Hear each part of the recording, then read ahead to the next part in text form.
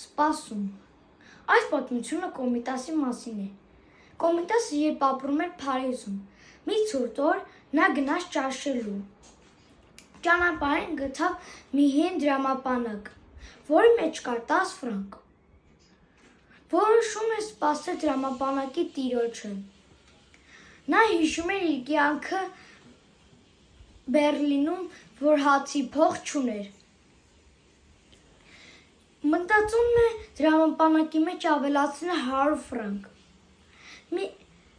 Մի քիչ անց վերևից տեսնում է մի աղջկա աղքատիկ հագնված։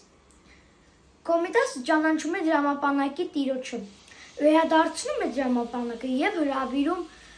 եկեղեցի ժամերկության։ Ես հասկացա, որ Կոմիտասը շատ բարի,